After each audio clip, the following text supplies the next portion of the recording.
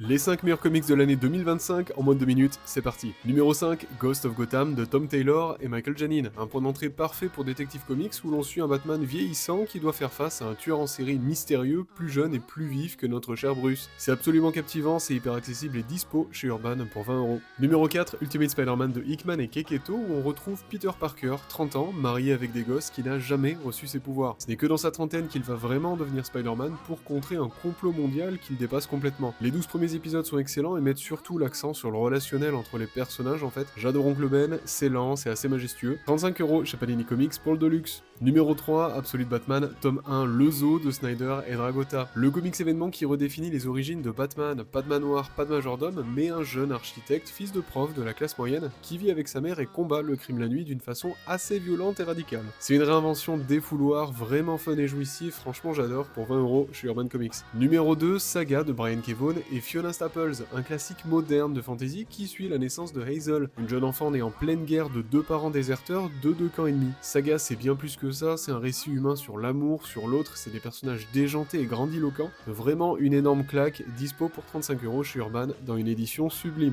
Numéro 1, Batman, Dark Patterns de Dan Watters et Aidan Sherman. Un récit très court en 3 épisodes qui vous plonge au cœur d'une Gotham poisseuse, où court un tueur en série terrifiant qu'un Batman débutant a du mal à arrêter. C'est un mélange parfait entre True Detective et Batman année 1 de Frank Miller. Les dessins de Sherman sont prodigieux et vertigineux et rend Gotham oppressante au possible. Bref, une pépite comme on en voit rarement pour 16€ chez Urban. Et toi, quels sont tes comics préférés de l'année? Dis-moi tout ça en commentaire et abonne-toi pour plus de reviews comics.